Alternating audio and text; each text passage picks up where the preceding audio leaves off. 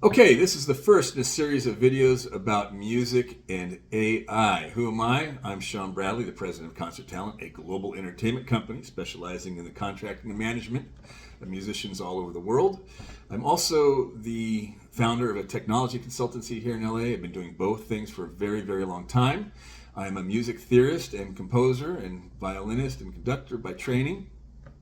And that's the perspective with which I'm going to talk about artificial intelligence and its impact on music. I've been talking about music and AI since about 1995, or at least the algorithmic generation of music since that time. And more fervently, maybe over the last 5 or 6 years, some people might have thought I was being rather hyperbolic and sort of, alarmist about the emergence of this technology and how it will impact the industry. I think now my prognostications in that regard, maybe some of you are thinking they were a little prescient, even if they were a little bit, even if the language was a little bit excitatory, let's say. But it's I think important to really take pause and to consider how impactful this stuff is going to be in the years ahead. It's important to think about how to strategize your career as a musician when it comes to artificial intelligence. The consumer-facing apps now, I think most people who were initially dismissive about the quality of music generated by those apps about a year ago are starting to raise an eyebrow and going, oh my God, this stuff actually does sound pretty good. There is a music theorist, music critic, guitarist, a YouTuber who's very popular named Rick Beato.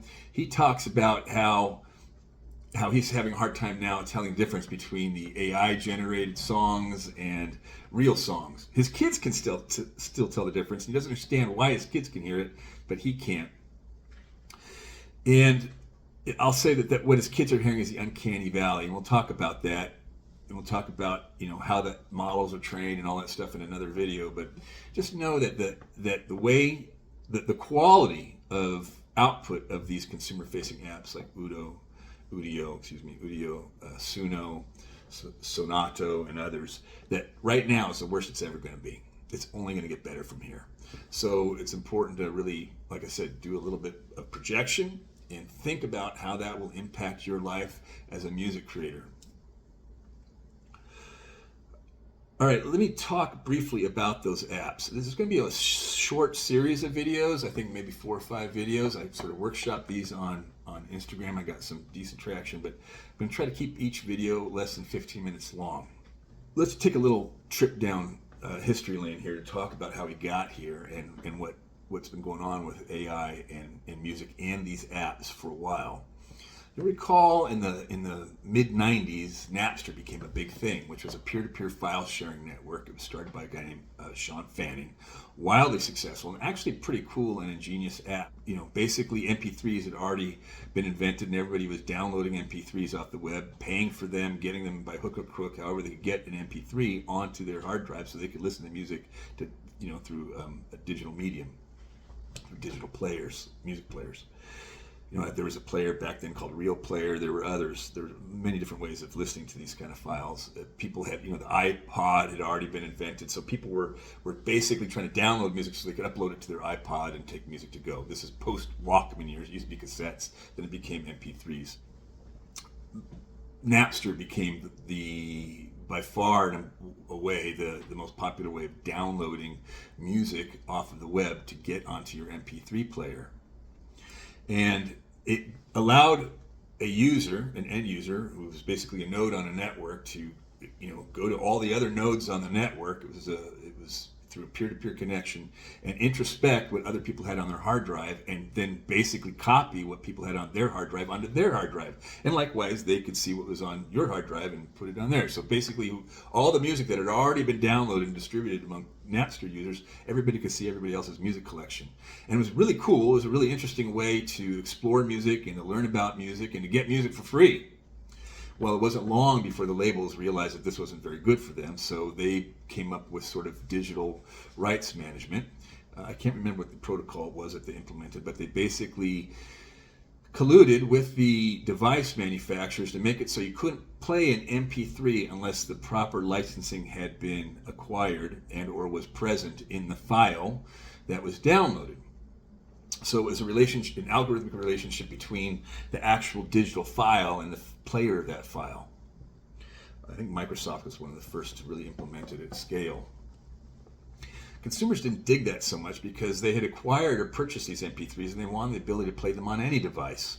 And so, some people hacked that digital rights management, and ultimately that became less of a thing where you needed to have the license in order to play it on a given particular player. And where they just started, trading other files or encoding MP3s from WAV files or all kinds of things. But it was about that time that streaming also developed, post Napster. And maybe one of the first big streaming companies was Pandora. Well, Pandora needed a way, I should say simultaneously what was going on, in other medium like Netflix, they were beginning to develop their own recommendation engines, which is an algorithmically driven solution for, given what you've watched in the past, to suggest to you what you might watch in the future. And the music generating apps were starting to do that as well. That recommendation engine technology was driven by machine learning, essentially. And the music aggregation apps started implementing it as well. And Pandora was one of the first, broadly commercially successful apps that had a music recommendation solution. And it managed to do that by hiring music theorists to sit down, listen to music, and then annotate, across maybe 400 different parameters or attributes of the music, what was going on. What was the style, what was the tempo, what was the key, what was the what was the instrumentation, what was the mood. All those things were being annotated and attached to the audio files as metadata so that they could use machine learning to make a recommendation about what you might want to hear next. And it was actually pretty effective. There were other companies trying to do it at the time. That was basically while I was at Eastman. It was emerging as a big thing. So this must have been about 1998, 1999. And some of my early work in, thinking about where is the intersection between algorithms and music and its commercial viability began around that time in earnest. Anyway, so that sort of gave rise to music recommendation apps. Concurrently with that, post Napster, independent artists want to figure out how they could distribute their music to the downstream listener. If you were independent and didn't have a label, that's a really intractable problem. If you don't have a distributor, that's usually, that relationship is usually fostered by the label. If you don't have an actual distributor of your physical CD, how do you get it to people? Well, a guy named Derek Sivers started CD Baby, which was basically a service where they'd press and distribute the CD for you directly to the consumer. Brilliant company, and Derek Sivers is a guy that really cared about the artists, and it served a lot of artists well, as they didn't have the advantage of a big label behind getting their stuff out there. CD Baby eventually started managing digital files as well, and then it got, I believe, purchased by iTunes, which was one of the very first big, what I call music aggregators. Again, this might have been, you already had Pandora, which was online at the time, but other streaming services were starting to emerge. Amazon Music, Google had their own, and you also at that time you had both music discovery services and sort of metadata aggregators happening. There was like Discogs and all sorts of other sites were sort of aggregating metadata about recorded music as well. But these music aggregators started accumulating, and I'm going to get into why the music aggregators were so successful in a subsequent video when we talk about the long tail and we talk about the freemium model. These are paradigms that have a radical impact on the kind of decisions you should make as a musician going forward. But the aggregators, they slowly but surely over the years until now have represented an increasing existential threat to musicians. I'm going to tell you why via this anecdote right now. I want you to remember during the pandemic that before the pandemic, people would order pizza at home, maybe Chinese food or whatever it is. But then during the pandemic, everybody started ordering food on these apps like Grubhub, Postmates, then Uber Eats came online. And how many of us spent way too much money getting the food that they wanted from restaurants, which could not seat or service customers in purpose? We got it through these apps, and these apps exploded, and they got really huge. And at first, it seemed like a great idea because suddenly now, if it was a small small restaurant that maybe only had like 6 tables or 8 tables, they could actually do more business, or at minimum, at least keep the lights on. And there was just one problem, and that is delivery radius, right? So I'm in Woodland Hills. It's a city in the San Fernando Valley. I'm about 45 minutes away from my favorite deli in LA, which might be Cantor's Deli, which is famous for their pastrami sandwiches. They're in Fairfax. I got to get on the 101 freeway and drive over the hill, and it's like a long time for me to get there. And the only way for me to enjoy the sandwich is either to drive all the way out there and get it to go, or sit down and eat it. That represents a problem. I could order it through the app, but the app is going to really, rake me over the coals by charging me a huge fee, and then also the sandwich will be cold by the time it gets to me. And the restaurateurs were keen on this limitation, so what they started doing is they started opening up ghost kitchens in areas further away from their convenient delivery radius, so that they could replicate their menu closer to the end consumer of their food. And that's what many companies did. I think Cantor's one. I think Cantor's opened up a ghost kitchen in like Culver City, for instance. But the apps got wise to this. And what the apps started doing is opening up their own ghost kitchen, which was tremendously underhanded and disadvantageous to the restaurant owners, because the apps had been serving as the front of house for the restaurants. The apps had, they basically were the ones that controlled the transaction, the exchange of cash. They knew what menu items were selling. They knew what price points mattered. They had the names and addresses of all the customers. They not only had for each restaurant, but they had it for all the restaurant's competitors as well.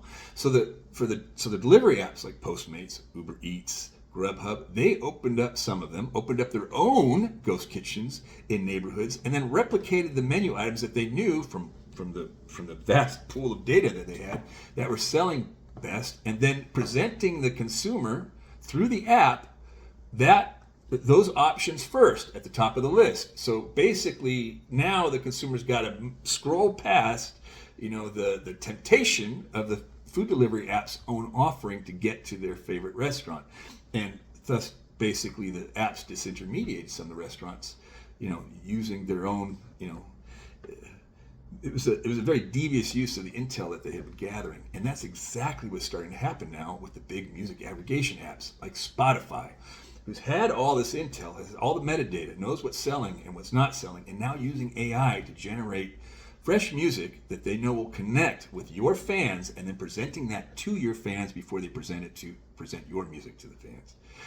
This kind of disintermediation is going to happen much more broadly than just Spotify, which is basically maybe the most unempathetic music app out there. Please stop using Spotify. I know some of you are making a little bit of money on it, maybe some of you are making a lot of money on it, but the reality is if you continue to use Spotify, which will set a precedent for this, and look, the labels are going to follow soon enough, but when you use these apps without this in mind, you're basically shooting yourself in the foot and wounding everybody else in the industry. It will ultimately represent an existential threat to your ability to make any money as a musician, because it's training consumer behavior and basically lowering the bar for what people will accept as quality music. And ultimately, these apps are already producing music that's suitable for use music that's used for particular purposes in certain contexts. It may not be appropriate for a feature-length film yet, but it's certainly already good enough to, say, do a 15-second spot for an internet ad. So think about that. Think about how these things accrete over time to create a certain circumstance for you as an individual and for the industry as a whole. In my next video, I'm going to make a wild proposition to you, which is probably going to piss you off, but I think it's one that you should listen to. It's a little bit maybe soon to propose this idea, but it's one that you should begin to let sort of bump around in your head a little bit. I'll also talk about the long tail and the freemium business models that are basically also fueling this continued adoption of artificial intelligence in the industry.